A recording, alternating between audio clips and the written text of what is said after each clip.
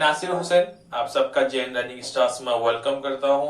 आज का जो हमारा ये टॉपिक है क्लास 8 चैप्टर नंबर 2, ये पार्ट 3 है। इससे पहले मैंने 2 पार्ट बना चुका हूं। इससे पहले वाले वीडियो में मैंने आपको बता दिया था कि disease causing micro organisms in human beings, इंसान में माइक्रो ऑर्गेनिज्म की वजह से कौन कौन सी बीमारियां होती है, मैंने उसके बारे में आपको अच्छे से समझा दिया था।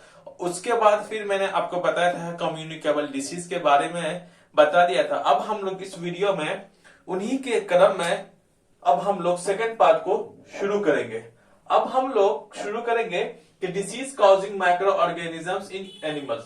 एनिमल्स में माइक्रो ऑर्गेनिजम्स की वजह से कौन कौन सी बीमारियां होती है, तो उसके वजह से हम लोग देखेंगे कि सिर्फ माइक्रो ऑर्गेनिज्म ह्यूमन बीइंग्स को सिर्फ इफेक्ट नहीं करता है, माइक्रो ऑर्गेनिज्म जो इफेक्ट करता है वो एनिमल्स को भी करता है और साथ में प्लांट्स को भी करता है। अब हम लोग इसमें देखेंगे कि एनिमल्स को किस हिसाब से माइक्रो ऑर्गेनिज्म इफेक्ट करता है, इसका मतलब वो किस तरह से माइक्रो ऑर्गेनिज्म की वजह से जानवरों में बीमारियां होती है। पहले देखिए, Robert Koch discovered the bacterium. Bacterium की खोज किसने की? रॉबर्ट कोच ने की। Which causes anthrax disease. इसने यह कहा कि भाई जो बीमारी होती है किसमें? एनिमल्स में, वो बैक्टीरियम की वजह से होती है। उस बैक्टीरियम का जो इस बैक्टीरियम की वजह से कौन सी बीमारी होती है? एंथ्रेक्स डिसीज होती है। ये एंथ्रेक्स डिसीज किसमें होती है? जानवरों में होती है। ये कौन सा माइक्रो ऑर्गेनिज्म का कैटेगरी में आता है? वो आता है बैक्टीरियम में। ओके, नेक्स्ट देखते हैं। Anthrax is a dangerous human and cattle disease causing bye bacterium. कहता है ये जो एंथ्रेक्स जो बीमारी होती है सिर्फ जानवरों के लिए नहीं बल्कि ये इंसानों के लिए भी खतरनाक होता है। जैसे कि कोई एंथ्रेक्स डिसीज अगर किसी एनिमल को हो जाता है, इसका मतलब वो जो जानवर है वो क्या हो गया? अफेक्टेड हो गया, उसमें असर आ गया। तो जब भी वो अफेक्टेड एनिमल्स अगर जब किसी इंसान के कांटेक्ट में आ जाता है या फिर इंसान खुद उस एनिमल के कांटेक्ट में आ जाता है जिस एनिमल को एंथ्रेक्स की बीमारी है, तो वो क्या हो जाएंगे? वो भी इंसानों में वो बीमारी आ जाता है जो कि अफेक्टेड एनिमल्स के पास जाने की वजह से। सो इसलिए ये किस में आता है? ये ह्यूमंस में होता नहीं बल्कि ह्यूमंस में ट्रांसफर होकर के आता है, जानवरों से ह्यूमन में आता है। तो कॉजिंग ऑफ बैक्टीरियम, इसको बैसिलस एंथ्रासिस के भी नाम से जानते हैं। मोस्टली आपको बैक्टीरियम ही रखना है। अब देखते हैं कि इन एनिमल्स में कौन कौन सी बीमारी होती है। पहला है बैक्टीरिया। बैक्टीरिया या फिर बैक्टीरियम कौन सी बीमारी होती है? एंथ्रेक्स की बीमारी होती है बैक्टीरिया से। कहां होती है? जानवरों में। नेक्स्ट है वायरस। वायरस से क्या होता है ना, जानवरों में फुट और माउथ। देखिए, एंथ्रेक्स की बीमारी की वजह से क्या होता है कि अगर किसी एनिमल को अगर हो जाए तो उसको सांस लेने में बहुत ज्यादा दिक्कतें आती है, कई सारी बीमारी होती है। इसके स्किन्स में क्या होते हैं? रेड स्पॉट्स आ जाते हैं एनिमल्स के स्किन में, और उसी एनिमल्स को जो भी एनिमल्स को अगर एंथ्रेक्स की बीमारी होती है उसके स्किन में प्रॉब्लम, और दूसरी बात होती है उसके ब्रीदिंग लेने में जानवरों को दिक्कतें होती है। नेक्स्ट है वायरस। वायरस की वजह से जानवरों में पैरों और माउथ, फुट और माउथ में जो बीमारियां होती है अक्सर वो किसके कारण होते हैं? वायरस की वजह से होते हैं। थर्ड है वो है फंगी। फंगी की कौन सी होती है? एस्परगिलोसिस। एस्परगिलोसिस नामक जो बीमारी है एनिमल्स में होते हैं, उसके लिए कौन सा माइक्रो ऑर्गेनिज्म रिस्पॉन्सिबल है? That is fungi. अब हम लोगों ने देख लिया एनिमल में। अब हम लोग देखेंगे कि disease causing micro organisms in plants. अब पौधों में जो बीमारियां होती है, कौन सा माइक्रो ऑर्गेनिजम्स इस बीमारी के लिए जिम्मेदार होते हैं या फिर रिस्पॉन्सिबल होता है, या फिर किसी भी प्लांट्स को जब भी यह बीमारी होता है तो उनकी डिसीजेस कौन से होते हैं, कौन से माइक्रो ऑर्गेनिज्म की वजह से। पहला देखते हैं बैक्टीरिया। बैक्टीरिया जो है ना, सिट्रस, कैंकर और ब्लैक रॉट ऑफ कैबेज, ये तीनों के तीनों क्या है? बीमारी है। किसमें होते हैं? प्लांट्स में होते हैं। कौन कौन से हो सकता है कि आपका आलू का भी प्लांट्स हो, जो फ्रूट्स के जितने भी प्लांट्स है उसमें भी होते हैं, जिसको वेज का जो प्लांट्स है, जो सब्जियां के हो गए आपके इस तरह के, जैसे कि कैबेज हो गया, रोड्स हो गए, तो ऐसे कई सारे होते हैं। जैसे कि अब आप फ्रूट्स में ले लें, फ्रूट्स के भी प्लांट्स होते हैं, एप्पल का हो गया, ऑरेंज का हो गया। तो इन सारे प्लांट्स को क्या करता है? असर डालता है, उसमें क्या बीमारी आ जाती है। लेकिन किन की वजह से आते हैं? बैक्टीरिया की वजह से इन सब बीमारी होती। अब हम देखते हैं मोड ऑफ ट्रांसमिशन कि इस तरह की बीमारियां एक पर, जैसे कि एक इंसान जब अफेक्टेड होता है तो स्नीजिंग की वजह से जब छींक वगैरह आती है तो सामने वाले बंदे को भी हो जाता है जब वो छींक दे उसके सामने।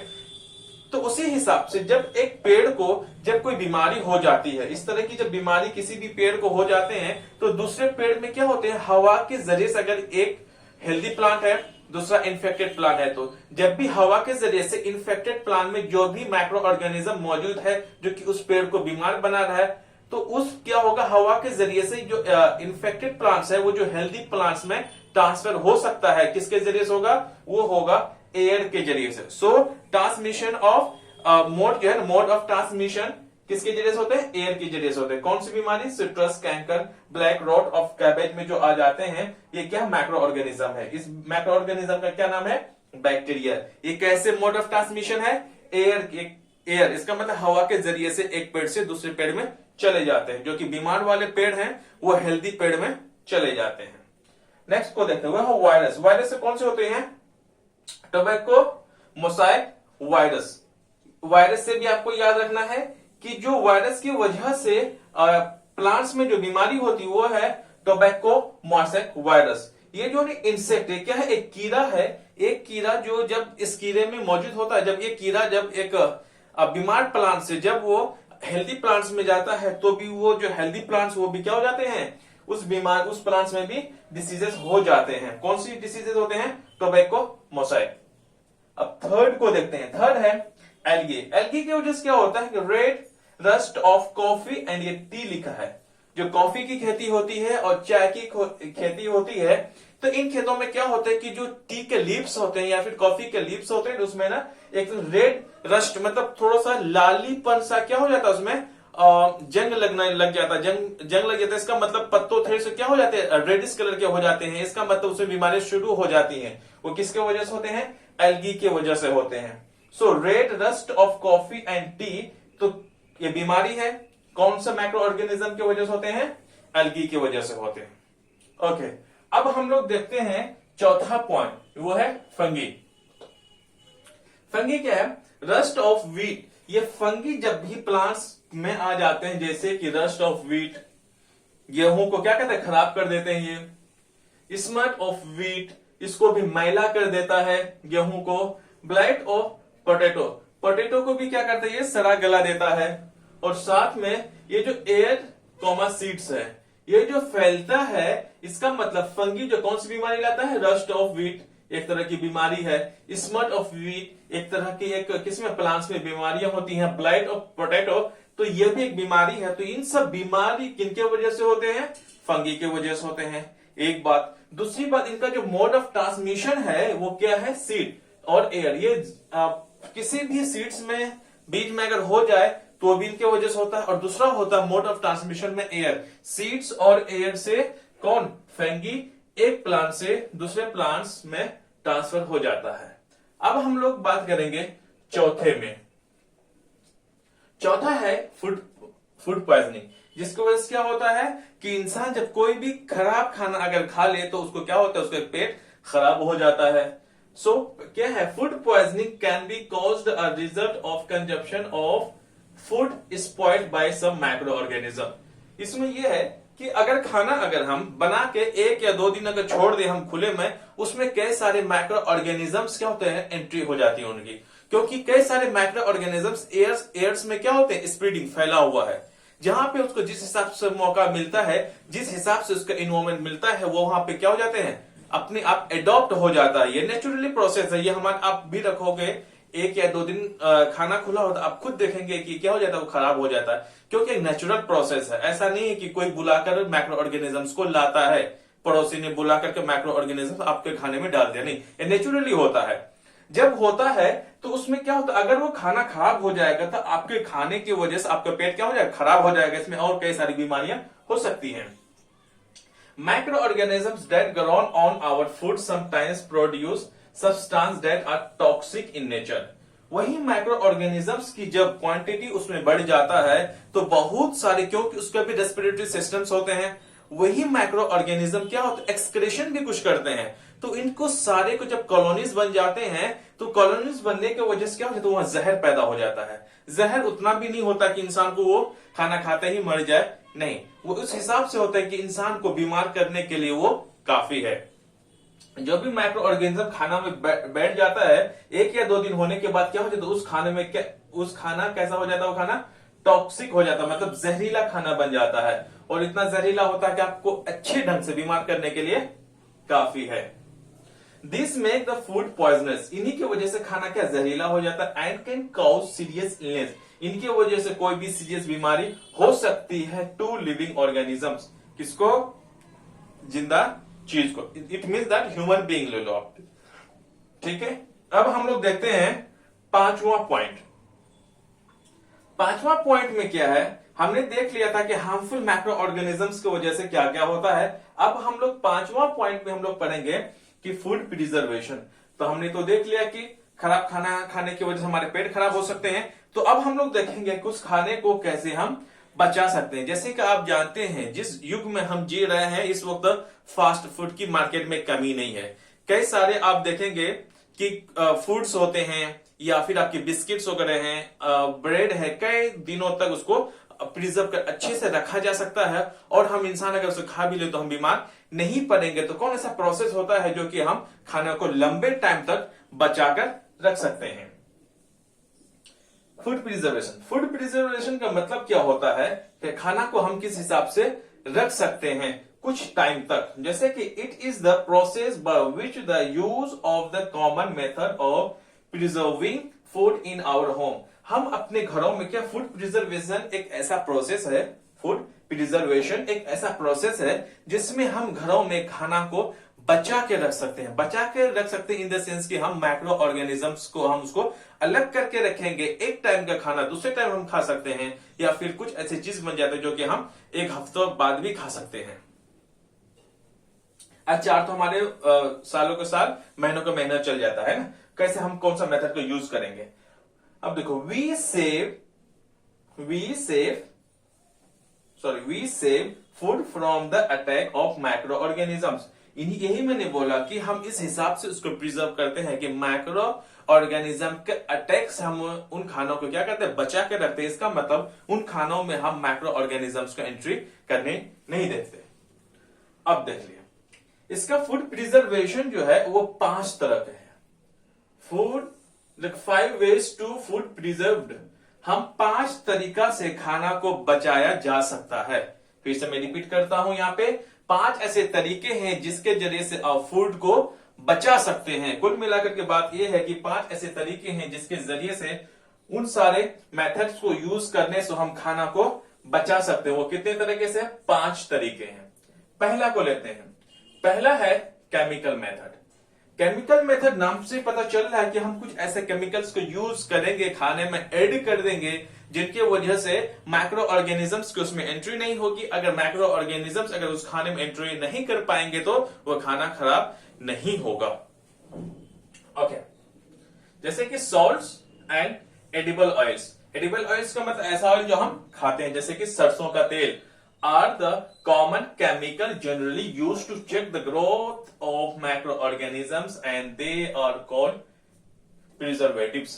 कहते हैं कि केमिकल मेथड में सॉल्ट और एडिबल सॉल्ट्स हैं, इनको हम कॉमनली इनको हम ऐसे चीजों में मिला करके इस्तेमाल किया जा सकता है जिसके जरिए से हमारा सब्सटेंस जिस चीज पे हम डालते हैं वो खराब नहीं हो जाए। क्योंकि अलग अलग चीज हम अलग अलग जगहों में इस्तेमाल करके हम खाना को बचाया जा सकता है। ऐसा नहीं कि सारी चीज डालने से या फिर सब कुछ जो कोई भी चीज हो जो सारे खानों को बचा सकता, नहीं। जो कई सारी चीज होते हैं प्रिजर्वेटिव्स होते हैं। प्रिजर्वेटिव्स का मतलब हो जाता है कि ऐसा चीज इस्तेमाल करने से जो कि जिस चीज में हम डालते हैं वो खराब ना हो। तो सॉल्ट और एडिबल को हम यूज करते हैं कॉमन मेथड्स कि हम किसी तरह से किसी भी माइक्रो ऑर्गेनिजम्स उसमें एंट्री करने नहीं देंगे। यही हमारा सॉल्ट और एडिबल ऑयल्स को हम लोग क्या कहते हैं, प्रिजर्वेटिव्स। प्रिजर्वेटिव्स का मतलब यही होता है कि जिस चीज को हम यूज करते हैं किसी खाना को बचाने के लिए, तो उन्हीं को हम लोग क्या कहते हैं, प्रिजर्वेटिव्स बोलते हैं। प्रिजर्वेटिव्स का मतलब होता है बचाने वाला। ओके, वी एड सॉल्ट या acid preservatives to pickle to prevent the attack of micro organism.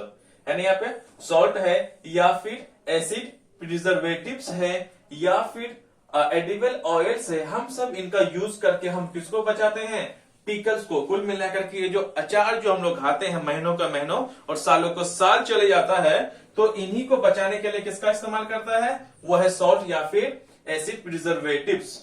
जिन इन्हीं की वजह से क्या करता है? हमें बचा प्रिवेंट करता है अटैक ऑफ माइक्रोब्स जो है या फिर माइक्रो ऑर्गेनिज्म उसमें एंट्री नहीं कर पाता है।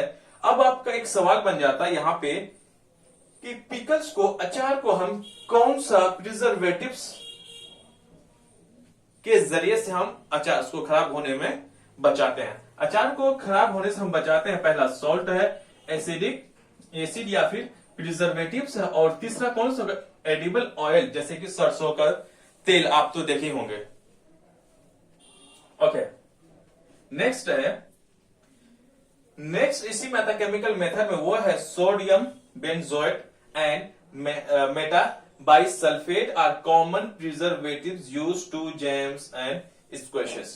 सो सोडियम बेंजोएट और मेटा बाइसल्फेट को हम लोग कॉमनली यूज करते हैं जैम्स, जो हम खाने में इस्तेमाल करते हैं, ब्रेड बटर मक्खन जिसे करते हैं ना, वही जैम है। और स्क्वैशेस का मतलब होता है जो फ्रूट्स के जूस होते हैं, जो पैक आजकल में आता है, तो जैसे माजा वगैरह हो गया, तो उन्हीं में किसको केमिकल को मिक्स करके उसको हम लोग बचाया जा सकता है। तो जूस के जितने भी पैकेट्स आते हैं मार्केट में, जो कि फ्रूटी हो गया, माजा हो गया, तो इन सब में क्या मिलाया जाता है? एक केमिकल मिलाया जाता है, जैसे कि वो जूस जो खराब ना हो। तो उन कौन कौन से प्रिजर्वेटिव्स हैं? पहला है सोडियम बेंजोएट और दूसरा है मेटा बाइसल्फेट। यही ऐसा प्रिजर्वेटिव्स हैं, इनको मिलाने की वजह से ना ही तो हमारा जैम खराब होता है, ना ही तो हमारा स्क्वैशेस खराब होते हैं। मतलब फल के रस वगैरह जो भी हम पैकेट में आज के मार्केट में मिलता है, तो इन्हीं का यूज करते हैं। अब हम लोग सेकंड में देखेंगे, सेकंड में क्या है? Preservation bye sugar. हम लोग शक्कर को किस हिसाब से इस्तेमाल करेंगे एज अ प्रिजर्वेटिव्स, जिसके वजह से फूड खराब ना हो। अगले को हम देखते हैं। हमने केमिकल मेथड को हमने देख लिया, अब हम लोग देखते हैं नेक्स्ट है prevention bye sugar. Second point में है कि हम शुगर मतलब शक्कर के जरिए से हम कैसे खाने को बचा सकते हैं, प्रिवेंट कर सकते हैं। जैसे कि jams, jellies and squashes are preserved by sugar. इन सबको हम लोग शुगर की मदद से बचा सकते हैं। जैसे कि sugar reduces the moisture content which inhibits the growth of bacteria which spoil food.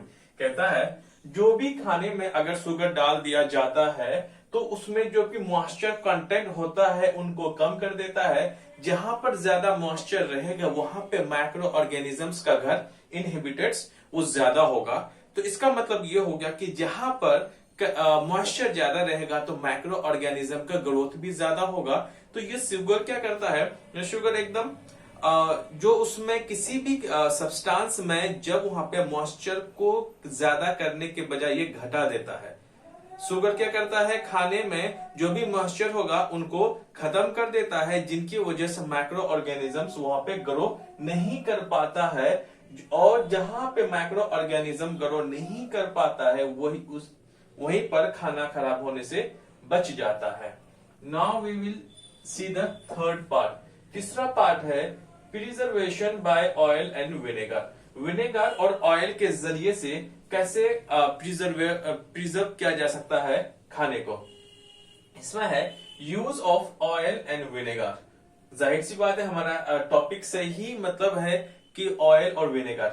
Oil और विनेगर को यूज करके हम लोग खाना को खराब होने से बचा सकते हैं। जैसे कि हमारा पिकल है, क्योंकि bacteria can't live in such an environment. कहता है जैसे कि हमारे क्या पिकल है, जो हम लोग घरों में अचार इस्तेमाल करते हैं, अगर उन अचार में ऑयल और फिर विनेगर को अगर हम इस्तेमाल कर लेते हैं, तो ऑयल और विनेगर की प्रेजेंस की वजह से उस अचार में किसी भी तरह का माइक्रो ऑर्गेनिज्म से अपने आप को एग्जिस्ट नहीं करा पाते हैं। वहां पे वो कह नहीं पाता है, जिनके वजह से क्या होता है, ऐसे इन्वायरमेंट में किसी भी मैक्रो ऑर्गेनिज्म का ग्रो नहीं हो पाता है, स्पेशली कौन, किसी भी तरह का बैक्टीरिया ग्रो नहीं कर पाता है। तो कुल मिला के बात यह हो गया कि हम अपना अचार को खराब होने से बचा सकते हैं with the help of oil and vinegar. Next, vegetables, fruits, fish and meat are often preserved by this method. हम लोग इन मेथड से ही सब्जी हो गए, फ्रूट्स हो गए, मछलियां हो गई और मीट है, चिकन, मटन, इन सबको हम लोग इन मेथड से भी बचाया जा सकता है। आपका सीधे सीधे एक क्वेश्चन बन जाता है कि वेजिटेबल और फ्रूट्स हम लोग कौन सा मेथड से हम इनको खराब होने से बचाया जा सकता है, तो वो आंसर आपका होगा preservation by oil and vinegar. Now is the fourth part. ये फोर्थ पार्ट है, अगर दिखाई ना तो आप देख लेना, ये चौथा फोर्थ पार्ट है। फोर्थ पार्ट में क्या, heat and cold temperature. Heat and cold का मतलब होता है जब किसी चीज को हम बहुत ज्यादा गर्म कर लें और फिर हम उसको ठंडा करके स्टोर कर लें, तो वही इन्हीं मेथड को बोलते हैं कि किसी भी चीज को बहुत कुछ ही सेकंड्स के लिए हम बहुत ज्यादा हीट कर लें, फिर सडनली उसको कूल करके स्टोर कर लें, तो ये ज्यादा दिन तक चला जाता है। जैसे कि हमारा दूध, ओके, लेते हैं इसमें हीट एंड कोल्ड ट्रीटमेंट में ऐसा होता है ना, जब भी किसी भी चीज को हीट किया जाता है तो आप जानते हैं उसके अंदर में जो भी मैक्रोब्स होते हैं या फिर मैक्रो ऑर्गेनिजम्स होता है वो मर जाता है। ओके, देखिए हीट एंड कोल्ड ट्रीटमेंट में हम लोग पढ़ेंगे, हम लोग वो है पहला पेस्चुराइजेशन। पेस्चुराइजेशन क्या होता है, the milk is heated to about 70 degree to 50 to 30 seconds and then suddenly chilled and stored। Pasteurization क्या होता है, एक ऐसा प्रोसेस है जहां पर मिल्क को 70 डिग्री सेल्सियस तक 15 से 30 सेकेंड तक उसको बॉयल किया जाता है। उस जैसे ही वो 15 से 30 सेकेंड तक 70 डिग्री में मिल्क बॉयल होता है, तो फिर सडनली उसको चिल्ड किया जाता है, ठंडा किया जाता है। ठंडा करने के बाद देन उसको क्या कर लिया जाता है, स्टोर कर लिया जाता है। तो इन सारे प्रोसेस को हम लोग क्या बोलते हैं, पेस्चुराइजेशन।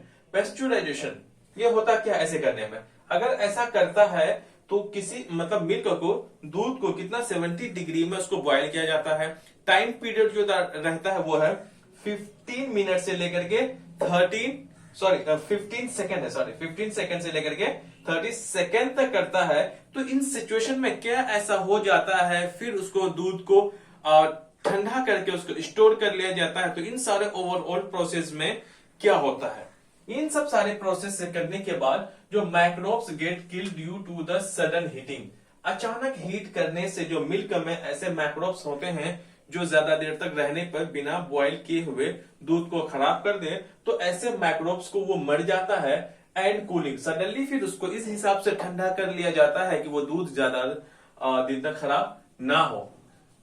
This process was discovered by the Louis Pasteur।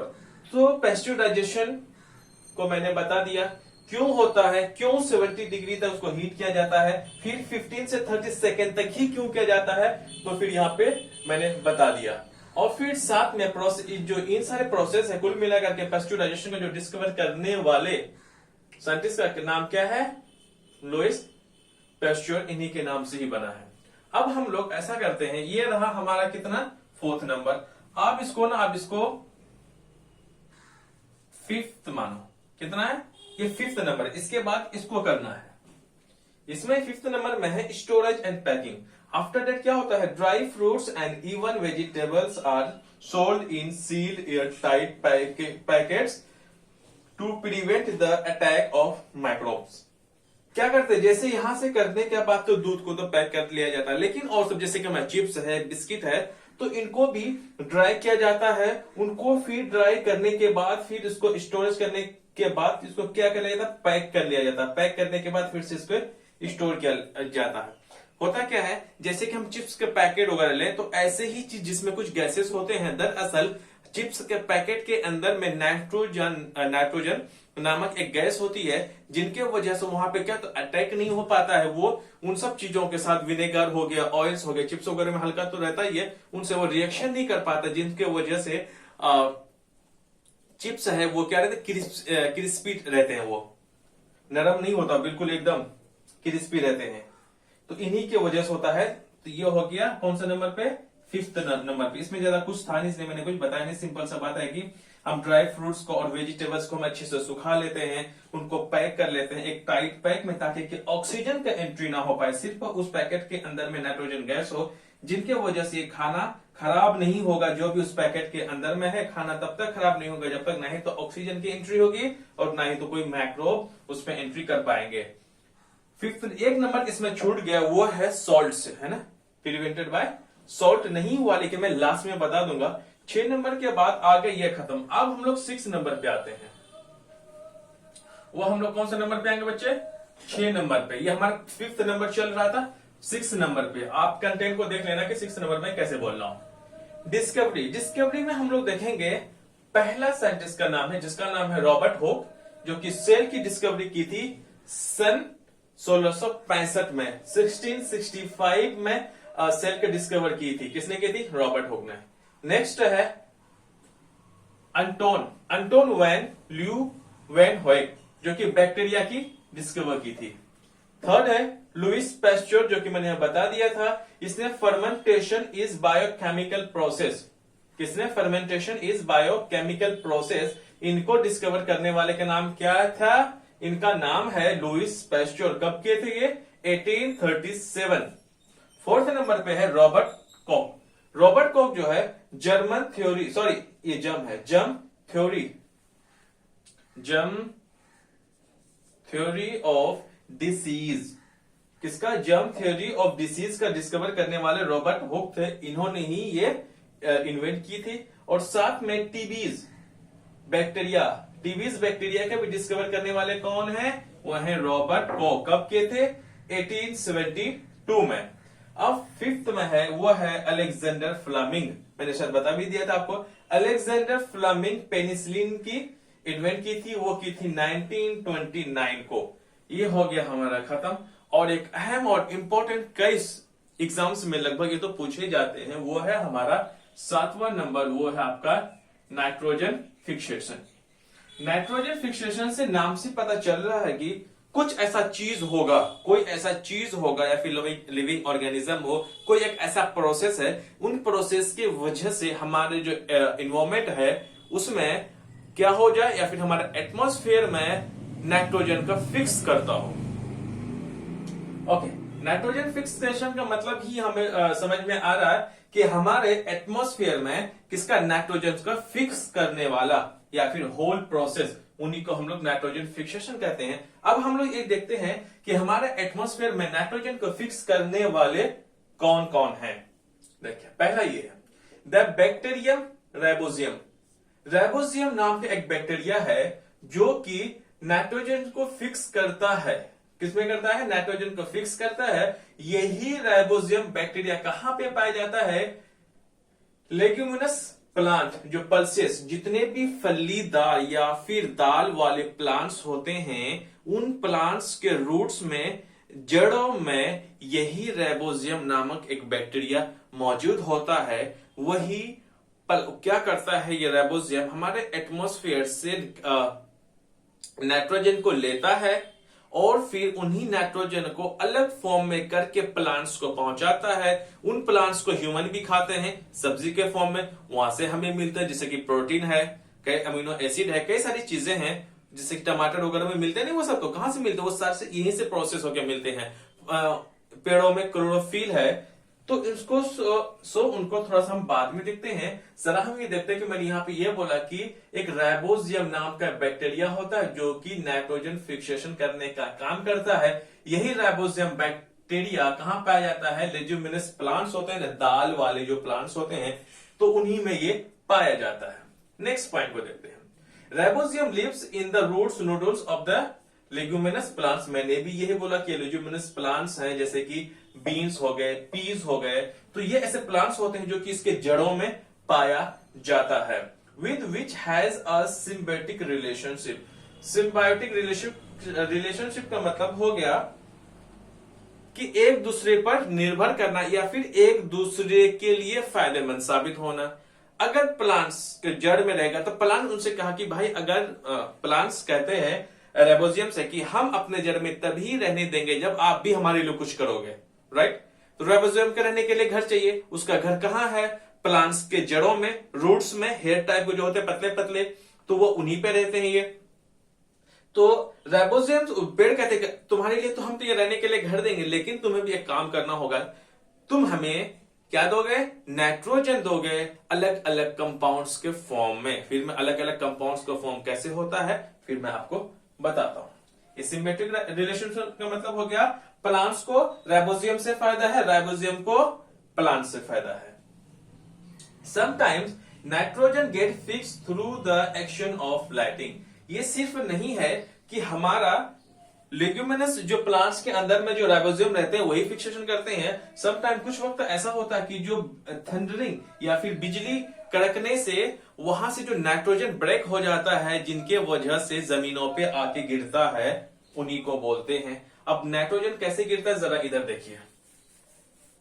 आप इसको प्लीज, अगर आपने इसको बैक करके जरा देख लेना कि मैंने क्या क्या लिखा है, प्लीज आप बिल्कुल नोट डाउन करते चलें। यहां पे है जैसे कि नाइट्रोजन है, नाइट्रोजन है। ये नाइट्रोजन क्या होता है? दो अलग अलग सिंपल मॉलिक्यूल्स में टूट जाता है। कितने नाइट्रोजन था? दो था। अब कितने सिंगल सिंगल में हो गया। फिर यही क्या करेगा? जब भी नाइट्रोजन गैसेस एटमॉस्फेयर में जाएंगे, वहां बिजली जब भी गरजेगा, बारिश बहुत तेज तूफान होगा, तो उस बारिश होने के दौरान में ही, बिजली कड़कने के दौरान में ही ये नाइट्रोजन ने दो दो अलग अलग मॉलिक्यूल्स में टूट जाएगा। सिंपल सिंपल में एक नाइट्रोजन एक नाइट्रोजन।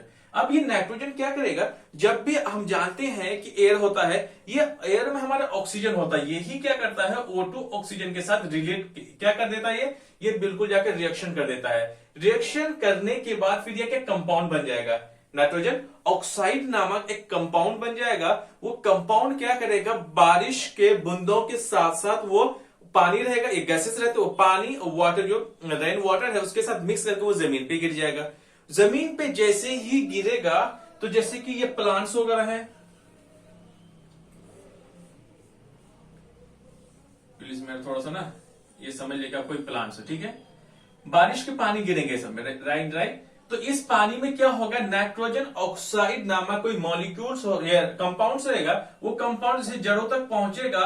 तो यहां पे जो राइबोसोम नामक जो बैक्टीरिया रहता है, इन नाइट्रोजन ऑक्साइड को चेंज कर देगा। किसमें? ये डायरेक्टली ऐसा है ना कि हम लोग नाइट्रोजन साइकिल में हम लोग अच्छे से देखने की कोशिश करेंगे, तो यही क्या करेगा? राइबोसोम इनको कन्वर्ट करना शुरू कर देगा नाइट्रोजन में। नाइट्रोजन पेड़ लेंगे, पेड़ से फिर इंसान, फिर जानवर, क्योंकि प्लांट्स हो, ह्यूमन हो, एनिमल्स हो, या फिर कोई प्लांट्स क्यों ना हो, कोई भी डायरेक्टली नाइट्रोजन को हमारा एटमॉस्फेयर से डायरेक्ट नहीं लिया जाता, उसको एक चैन के फॉर्म में, एक प्रोसेस के फॉर्म में तभी लिया जाता है। सो एक रही लिखने के बाद कुछ और हमें बता देता हूं, जिसकी वजह से और भी ये नाइट्रोजन फिक्सेशन आपका कंप्लीट हो जाएगा। उसके बाद फिर हम लोग नाइट्रोजन साइकिल को आगे देखते हैं। हमने नाइट्रोजन फिक्सेशन के बारे में पढ़ा कि नाइट्रोजन फिक्सेशन क्या होता है और कैसे होता है, हमने उसको देखने की कोशिश की। अब हम लोग नेक्स्ट पॉइंट को देखते हैं, वो है हमारा 8वां नंबर। 8वां नंबर में क्या है? Nitrogen cycle. अब हम लोग नाइट्रोजन साइकिल के बारे में कुछ जानते हैं। हम जानते हैं कि जो नाइट्रोजन का साइकिल किस हिसाब से होता है, हमारे एटमॉस्फेयर में कितने परसेंट में नाइट्रोजन है, हमारे एटमॉस्फेयर में जो नाइट्रोजन है वो कैसे एनिमल्स के लिए, प्लांट्स के लिए और ह्यूमन बीइंग्स के लिए किस हिसाब से ये बेनिफिशियल है, और किस हिसाब से ये लिविंग ऑर्गेनिजम्स, ये लिविंग ऑर्गेनिज्म का मतलब हुआ प्लांट्स, एनिमल्स और ह्यूमन बीइंग्स, किस हिसाब से इस नाइट्रोजन को लेते हैं। अब हम लोग पूरा प्रोसेस को देखेंगे। यहां पे पहला देखते हैं, जैसे कि आवर एटमॉस्फेयर है 78% नाइट्रोजन गैस। हमारे पर्यावरण में, हमारे एटमॉस्फेयर में लगभग 78% क्या है? नाइट्रोजन गैस है। रिमेनिंग 21% ऑक्सीजन है, रिमेनिंग 1% अदर गैसेस है। लेकिन हमारे एटमॉस्फेयर में सबसे ज्यादा गैसेस कौन सी है? नाइट्रोजन गैस है। नेक्स्ट पॉइंट को देखते हैं। Nitrogen is one of the essential constituent of all living organisms as part of protein, chlorophyll, nucleic acid and vitamins. कि जितने भी एसेंशियल, जितने भी लिविंग ऑर्गेनिजम्स हैं, इन सारे लिविंग ऑर्गेनिजम्स के लिए नाइट्रोजन गैस, नाइट्रोजन बहुत ही ज्यादा बेनिफिशियल है। जैसे कि प्रोटीन्स का मिलना, प्लांट्स में प्रोटीन को भी चाहिए, प्लांट्स में क्या होता है, क्लोरोफिल भी होता है, ह्यूमन बींग्स को भी प्रोटीन चाहिए, एनिमल्स को भी प्रोटीन चाहिए, न्यूक्लिक एसिड और विटामिन, यही नाइट्रोजन गैसेस से लिविंग ऑर्गेनिजम्स को मिलता है। नेक्स्ट है, the atmospheric nitrogen can not be taken directly by the plant and animals. जितने भी एनिमल्स है और प्लांट्स है, नाइट्रोजन गैस को हमारे एटमॉस्फेयर से ये डायरेक्टली नहीं लेते हैं। जैसे कि हमारे एटमॉस्फेयर में खुला हुआ हवा है, यहाँ पे अगर गैस है नाइट्रोजन गैस, कोई भी प्लांट्स या एनिमल्स उनको डायरेक्ट नहीं लेता है। उसको डायरेक्ट नहीं लेता है तो फिर लेता कैसे है, आगे देखते हैं। The certain bacteria and blue-green algae present in the soil fix nitrogen from the atmosphere and convert it into compounds of nitrogen. कई तरह के बैक्टीरिया, ब्लू ग्रीन एल्गी मिट्टी में मौजूद होता है। उन्हीं मिट्टी में मौजूद होने की वजह से वो नाइट्रोजन को फिक्स करता है। इसका मतलब नाइट्रोजन को क्या करता है, वो कन्वर्ट कर देता है अलग अलग कंपाउंड्स में, जो कि ऐसे compound of nitrogen. Compound of nitrogen का मतलब हो गया नाइट्रोजन का, जैसे कि मैं आपको यहाँ पे मैं लेता हूं, जैसे कि N2 है। N2 कितना सिंपल नाइट्रोजन के मॉलिक्यूल्स में टूट जाएगा। ये जब ये टूटेगा तो किसके साथ रिएक्शन करेगा, ऑक्सीजन के साथ। जब ये ऑक्सीजन के साथ रिएक्ट करेगा, हो सकता है कि और भी अदर एलिमेंट के साथ रिएक्ट करके क्या बनेगा, जैसे कि नाइट्रोजन ऑक्सीजन है तो नाइट्रोजन ऑक्साइड बन जाएगा। यहाँ पे नाइट्रोजन ऑक्साइड का एक कंपाउंड है, तो वो कंपाउंड ऐसा होगा जिसमें नाइट्रोजन का होना तो तय है, और यही कंपाउंड जो कि एनिमल्स के लिए, प्लांट्स के लिए बेनिफिशियल है। अभी इनको देखना है कि फिर कैसे एनिमल्स या फिर प्लांट्स कैसे इसको नाइट्रोजन को लेता है। अभी आगे हम लोग देखेंगे। वंस नाइट्रोजन इज, देखिए बता ही देता हूं पहले, यहां पे क्या है, एटमॉस्फेयर में जिस हिसाब से मैंने बता दिया था नाइट्रोजन फिक्सेशन में कि लाइट जब भी, थंडर स्टॉर्म्स जब भी वहां पे आसमानों पे बिजलियां चमकते हैं, जब ये थंडर होता है तो यही नाइट्रोजन क्या सिंपल मॉलिक्यूल्स में टूट जाता है। वही मॉलिक्यूल्स टूटने के बाद एटमॉस्फेयर में ऑक्सीजन रहता है, ऑक्सीजन के साथ ये रिएक्ट करके ऑक्साइड बना देता है, नाइट्रोजन ऑक्साइड बना देता है। यही नाइट्रोजन ऑक्साइड बारिश की मदद से वो जमीन पे आ जाता है। फिर वो जमीन क्या करते हैं, जमीन में पेड़ पौधे होते हैं, उस पेड़ पौधे में बैक्टीरिया राइबोसोम नामक का होता है, उनको एब्जॉर्ब कर लेता है। ये सारे बैक्टीरिया जो राइबोसोम होता है वो लिग्यूमिनस प्लांट्स के जड़ में होता है। वो फिर क्या करता है, उसके बाद वो तो ले लिया नाइट्रोजन का, अब नाइट्रोजन को लिया तो पेड़ को या फिर जानवर को, एनिमल्स को कैसे मिलेगा, अब आगे देखते हैं। Once nitrogen is converted into usable compounds, plants utilize these compounds through the root system. जैसे ही प्लांट्स के जड़ों से, जैसे कि लिग्यूमिनस प्लांट्स के जड़ों में जैसे राइबोसोम रहता है उसको लिया, वो इस हिसाब से कन्वर्ट कर देता है प्लांट्स के लिए कि उन प्लांट्स में जो राइबोसोम रहता है उनको इस हिसाब से पेड़ ऊपर की तरफ लेकर के जाने के बाद किसमें चेंज कर देता है, वो नाइट्रोजन के अलग अलग कंपाउंड्स में। जो नाइट्रोजन का मॉलिक्यूल्स तो रहेगा ही, अलग अलग कंपाउंड्स में देता है। वही जड़ के रूट सिस्टम के जरिए से वो कहां, पेड़ जो भी है कंपाउंड्स, वो कहां पहुंच जाता है, पेड़ के पत्तों में पहुंच जाता है। Nitrogen is then used for the synthesis of plant proteins and other compounds. जब ये नाइट्रोजन पहुंच जाता है पत्तों तक तो कहां, सिंथेसिस होने में मदद मिलता है। पेड़ों में कब होता है, जब ये जड़ों के जरिए से पत्तों में चला जाता है, तभी सिंथेसिस बनने में हेल्प करता है। जब ये सिंथेसिस जब भी बनता है तो प्लांट्स को क्या मिल जाता है, प्रोटीन्स मिल जाता है, और भी अदर तरह के कंपोनेंट्स मिल जाता है। ये तो होगी प्लांट्स के बात, ये तो प्लांट्स को मिल गया। सिंथेसिस के जरिए से जब प्लांट्स में क्या बन जाता है, प्रोटीन्स बन जाता है, जो कि प्लांट्स के हेल्दी ग्रो के लिए बेनिफिशियल होता है। अब एनिमल्स को देखते हैं। Animals feeding on plants get this proteins and other nitrogen compounds. ये तो पेड़ क्यों लगे? जब इन्हीं पौधों को जब कोई एनिमल्स, ह्यूमंस भी खाते हैं, जब भी उन प्लांट्स को जब एनिमल्स जब भी खाएगा तो उन पत्तों में, उन पेड़ों में क्या होगा? प्रोटीन्स होगा और दूसरे तरह के नाइट्रोजन कंपाउंड्स होंगे। नाइट्रोजन कंपाउंड्स का मतलब होगा कि नाइट्रोजन दूसरे तरह के एलिमेंट्स के साथ रेक करके कुछ और बना देगा। तो कुल मिलाकर के नाइट्रोजन कंपाउंड्स होंगे दूसरे तरह के, और साथ में प्रोटीन्स जो इसमें प्लांट्स में होंगे वो एनिमल्स खाएगा। तो ये प्रोटीन्स कहां चला गया? एनिमल्स में चला गया। अब हम लोग क्या करते हैं, जैसे कि हम लोग मटन यूज करते हैं, राइट, चिकन यूज करते हैं। तो जब हम लोग मटन यूज करते हैं तो ये भी एनिमल में आता है। जो प्रोटीन्स एनिमल्स में चला गया, उसी एनिमल्स को तो जब हम लोग एज अ मीट के तौर पे यूज करते हैं तो वो प्रोटीन्स कहां? हमारे अंदर चला जाता है। तो इसीलिए एक बिल्कुल का एक प्रोसेस, एक साइकिल है। नेक्स्ट को देखते हैं, when plants and animals die. और दूसरा पहलू देखते हैं। एक तो हो गया कि फिक्सेशन नाइट्रोजन का कैसे होता है। अब दूसरे हिसाब से देखते हैं, when plants and animals die, जब कोई प्लांट्स जब भी मरता है तो उसमें जाहिर सी बात है नाइट्रोजन तो होता ही होगा। एनिमल्स भी मरता होगा तो उसके अंदर भी होगा। तो मतलब प्रोटीन्स के फॉर्म में जब कोई एनिमल्स और जब कोई प्लांट्स एनिमल्स जब मर जाता है तो कई तरह का बैक्टीरिया, फंगी प्रेजेंट होता है मिट्टियों में। तो ये इन्हीं सबको क्या कहता है? Convert the nitrogenous waste. तो यही सब माइक्रो ऑर्गेनिज्म इन सब मरे हुए प्लांट्स और एनिमल्स को किस में चेंज कर देता है? नाइट्रोजनियस वेस्ट में चेंज कर देता है। जब इसमें चेंज करने के बाद नाइट्रोजनियस वेस्ट तो होता ही है कि नाइट्रोजनियस वेस्ट का मतलब हो गया कि प्लांट्स और एनिमल का वेस्ट में क्या है? पहले से ही नाइट्रोजन है। इन्हीं नाइट्रोजनियस वेस्ट को कि नाइट्रोजन में चेंज करने का काम फंगी और बैक्टीरिया कर देता है, जो कि nitrogenous compounds to be use by plants again. जैसे इनसे नाइट्रोजनियस वेस्ट में से नाइट्रोजनियस कंपाउंड्स जैसे ही निकलता है, जो उसके आसपास में जो भी प्लांट्स होता है, फिर से प्लांट्स किसको ले लेता है? नाइट्रोजन गैस को फिर से वहां से ले लेता है।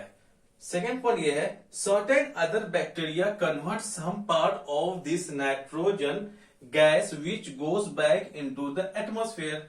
और उन्हीं में से कुछ जो बैक्टीरिया होता है राइबोसोम नामक, तो वो क्या करता है? फिर नाइट्रोजनस को जितने भी कन्वर्ट कर देता है ऐसे नाइट्रोजनस गैसेस में, जो कि वो कहां? हमारे एटमॉस्फेयर में पहुंच जाता है। जिनके वजह जैसे ही ये नाइट्रोजनस कहां? हमारे एटमॉस्फेयर में पहुंच गया, एक हिसाब से बैलेंस हो गया।